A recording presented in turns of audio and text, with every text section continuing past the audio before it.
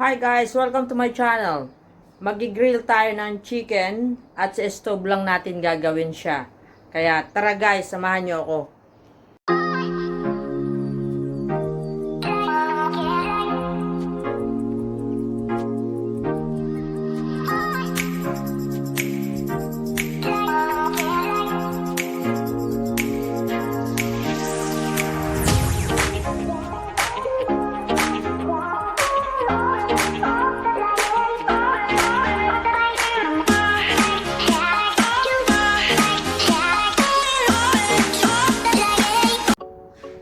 So, ayan guys. Yung chicken, minarinate ko lang siya sa kung ano-anong mga spices. Louisiana Cajun seasoning. Lagyan ko siya ng a little bit of oregano. And then, nilagyan ko rin siya ng smoked paprika. I like smoked paprika. And then, some garlic powder. And then, nilagyan ko lang siya ng salt and pepper at olive oil. And then, nag-squeeze lang ako ng half of a lemon. So, yan na siya guys. At i-grill pan na natin siya.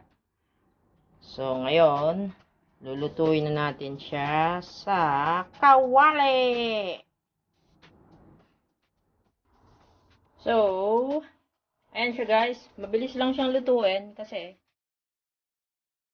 binash ko na yan.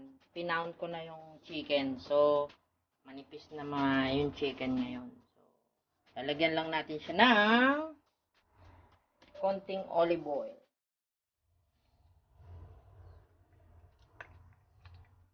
Yan. Konti lang. Para hindi lang dumikit.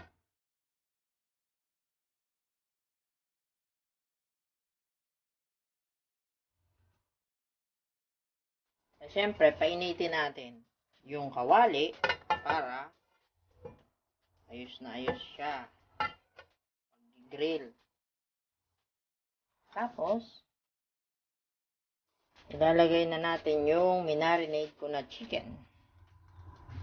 Make sure na mainit yung kawali. Nalaglag yung isang maliit na piraso. Nag-sizzle ba siya?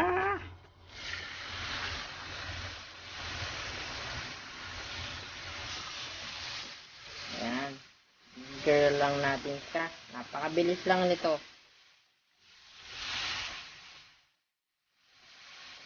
Ano to about 500 grams chicken breast.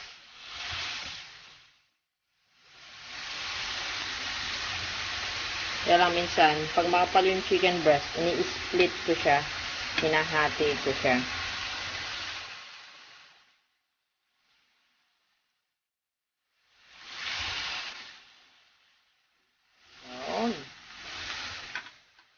Ayan guys.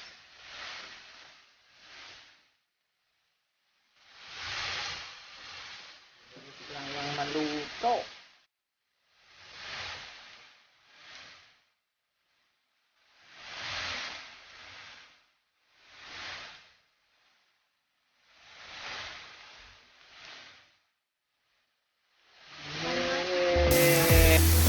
And she's here!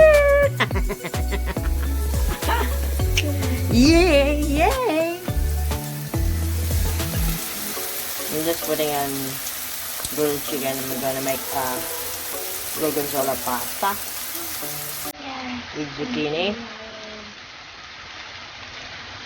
So, yes, please, thank you.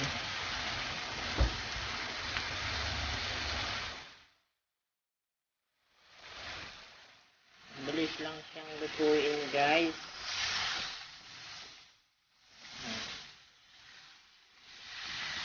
Pag binash mo siya ng binash, mabilis lang siyang maluto. Diba? Para na siyang minarinade na ng mga butcher. Hindi po yan marinade ng butcher. Marinade ko po yan. Sura lang yung ano. Diba?